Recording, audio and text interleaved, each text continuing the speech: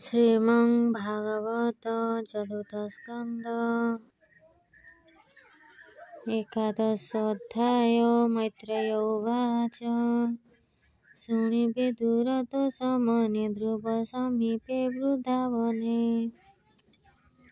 ପ୍ରସନ୍ନେ କମଳାରମଣ କହିଲେ ଧ୍ରୁବ ଏବ ଶୁଣ ତୋ ଜନ୍ମ ସ୍ୱୟଂଭବ ଘରେ ଉତ୍ଥାନ ପାଦର ବୀର୍ଯ୍ୟରେ ଦେବେ ବଞ୍ଚନ୍ତି ସ୍ୱର୍ଗେ ଯାହା ତୁ ତାହା ଲଭିବୁ ପୁଣ୍ୟ ଦେହ ତୁ ଏବେ ନିଜ ପୁରେ ଚଳ ଚିତ୍ତେ ଆରାଧି ମୋତେ ବୋଲ ମାତୃ ସମର୍ଥିତ ସପତ୍ନୀର ବଚନେ ବସିବୁ ନୃପ ସିଂହାସନେ ତୋହର ପରମ ଆୟୁଷ ଚରିତ ସହସ୍ର ବରଷ ନିରୋଗ ଦେହ ଭୋଗ ବୁନ୍ଧି ସ୍ୱଦେହେ ରିପୁ ବଳ ଗଞ୍ଜି ଉତ୍ତମ ତୋର ସାନ ଭ୍ରାତା ବନେ ହୋଇବ ପ୍ରାଣେ ହତ ମୃଗୟା ଜୀବ ଘୋର ବନେ ମିଳିବ କୁବେର ଭୁବନେ ପୁଣ୍ୟଜନଙ୍କ ସଙ୍ଗେ ମିଳି ଯୁଦ୍ଧେ ହାରିବ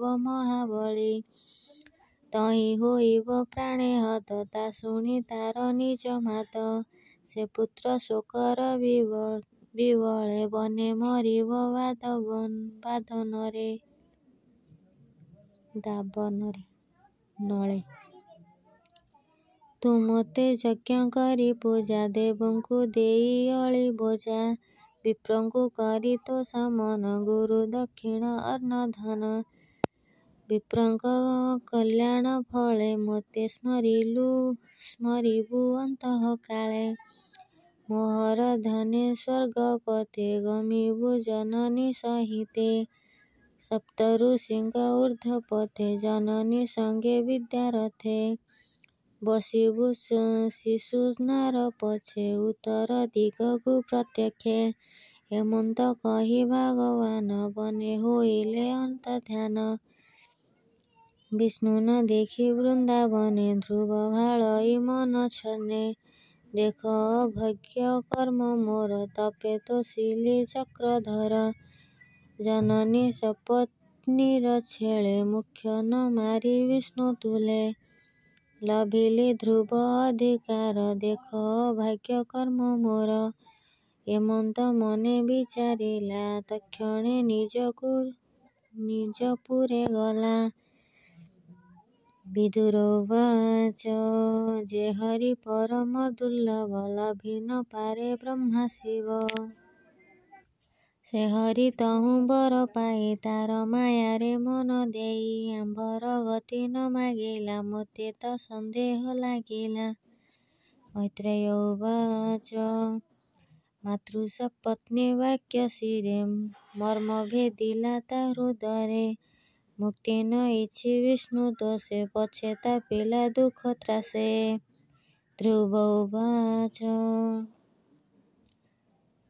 ସନନ୍ଦ ଆଦି ଯୋଗୀ ଜନେ ଅଷ୍ଟାଙ୍ଗ ଯୋଗ ଅଭ୍ୟସନେ ଯେ ପଦ ଲଭି ନ ପାରନ୍ତି ବିଚଳ ମନେ ଧ୍ୟାନେ ଚିନ୍ତି ସେ ପଦ ହସ୍ତ କଳାଇଲି ଦେଖ ଅଭକ୍ଷ୍ୟ କର୍ମ କଲି କଳ୍ପପାଦପ ଛାୟା ତେଜି ନିରାଶ ପଥେ ଚକ୍ଷୁ ବୁଜି ଧୋଇଲି ତୃଷାର୍ତ୍ତେ ବଦନ ଧିକ ଏ ମୋହର ଜୀବନ ହେମନ୍ତ ମନ ଦୁଃଖ କରି ଧ୍ରୁବ ଚରିଲା ନିଜ ପୁରୀ ପଥେ ଧ୍ରୁବଙ୍କୁ ଦେଖି ଜନେ ବେଗେ ଚଳିଲେ ଶୁଦ୍ଧ ମନେ କେତେକ ଜନେ ବେଗେ ଧାଇଁ କହିଲେ ରାଜା ଆଗେ ଯାଇ ଅପ୍ରାପ୍ତ ପ୍ରାପ୍ତି ପ୍ରାୟ ମଣି ସମ୍ଭ୍ରମ ଚିତ୍ତେ ନୃପମଣି ତକ୍ଷଣେ ଆସନୁ ଉଠିଲା ଆନନ୍ଦ ସାଗରେ ବୁଡ଼ିଲା କାନ୍ଦଇ କଷ୍ଟ ଗଦ ଗଦେ ତକ୍ଷଣେ ମିଳିଲେ ନାରଦେ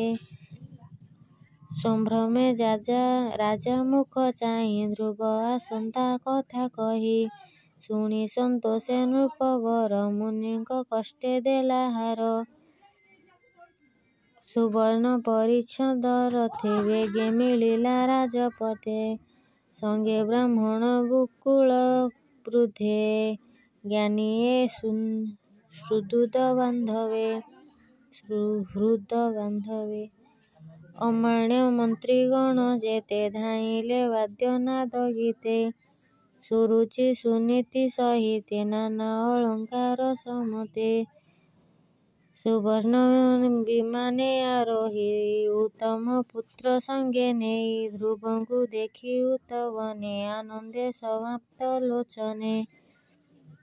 ପୁତ୍ରଙ୍କୁ ଆଲିଙ୍ଗନ କଲା ଯେଣୁ ଅନେକ ପୁଣ୍ୟ ଥିଲା। ଏ ଧ୍ରୁବ ବିଷ୍ଣୁ ଅଙ୍ଗେ ସଙ୍ଗେ ଅଶେଷ ତୀର୍ଥ ଯାର ଅଙ୍ଗେ। ଆଘ୍ରାଣ କରି ଶିର ଦେଶେ ହୃଦେ ଲଗାଇ ଅତି ତୋଷେ। ମୁଣ୍ଡେ ମିଞ୍ଚିଲା ଅଶ୍ରୁ ବାରି ହୃଦଏ ପୂର୍ଣ୍ଣ ପୂର୍ଣ୍ଣ କରି। ପିତା ଚରଣେ ଧ୍ରୁବ ନମି ବାଳକ ଭାବେ ଅଧଶ୍ରମୀ। ସୁରୁଚି ସୁନୀତିର ପାଦେ ଧ୍ରୁବ ପ୍ରଣମଇ ଆନନ୍ଦେ। ସୁରୁଚି ଧ୍ରୁବ ଧରି କରେ ଚୁମ୍ବନ ଦେଲା ମୁଖ ଭୋଳେ। ସୁନୀତି ପୁତ୍ର କୋଳେ ଧରି ହୃଦରୁ ବହେ କ୍ଷୀର ବାରି। ଜନେ କହନ୍ତି ଆହା ବାଣୀ ଧ୍ରୁବଙ୍କୁ ଘେନି ନୃପମଣି। ମିଳିଲା ନିଜ ପୁରେ ଆସି ଜନ ସୁମନେ ପରଂସନ୍ତି। ଧ୍ରୁବ ପ୍ରବେଶ ପୁର ଜନେ ସାନନ୍ଦେ ଯେ ଯାହା ଭୁବନେ। ଉତ୍ସବେ ଅନେକ ପ୍ରକାରେ ପ୍ରଦୀପ ପୂର୍ଣ୍ଣ କୁମ୍ଭ ଦ୍ୱାରେ। ପାଶେରି ଅଟ୍ଟାଳି ସମତେ ଚିତ୍ର ପିତ୍ରିମୟୀ ରତ୍ନ କାନ୍ଥେ। ତୋରଣ ଲମ୍ବେ ସର୍ବହାରେ ଚନ୍ଦନ ଛେରା ନିରନ୍ତରେ। ସ୍ୱଭାବେ ପ୍ରିୟ ବ୍ରତ ପୁର କିଏ ବା ଦେବା ପଟାନ୍ତର। ସକଳ ପୁରଙ୍ଗନା ସଙ୍ଗେ ଧ୍ରୁବକୁ ଦେଖି ପୁର ମାଗେ। ଧ୍ରୁବାକ୍ଷତ ପୁଷ୍ପ ଆଣି ଗନ୍ଧ ଚନ୍ଦନ ବାଁସ ପାଣି। ଅକ୍ଷୟ ଦେଇ ଧ୍ରୁବ ମୁଣ୍ଡେ ଜୟ ଶବଦ କଲେ ତୁଣ୍ଡେ। ଏମନ୍ତ ମଙ୍ଗଳ ଉତ୍ସବେ ସକଳ ଜନ ପ୍ରିୟ ଭାବେ। ଧ୍ରୁବ ପ୍ରବେଶ ନିଜ ପୁର କିଏ ବା ଦେବା ପଟାନ୍ତର। ପୁରେ ପ୍ରବେଶ ରାଜସୁତ ଦେଖି ସକଳେ କୃଷ୍ଣ କୃତ୍ୟ। ଶଙ୍ଖ ଦୁନ୍ଦୁଭି ବାଦ୍ୟ ସ୍ଫୁରେ ମଙ୍ଗଳ ନାଦେ ଗିର ପୁରେ।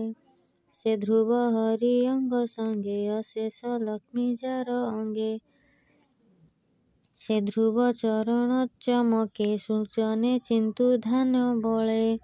ଯାର ସ୍ମରଣେ ପାପ ନାଶେ ନିର୍ମଳ ଜ୍ଞାନ ଯେ ପ୍ରକାଶେ। ଚତୁର୍ଥ ସ୍କନ୍ଧେ ଭାଗବତେ କହିଲା ଦାସ ଜଗନ୍ନାଥେ।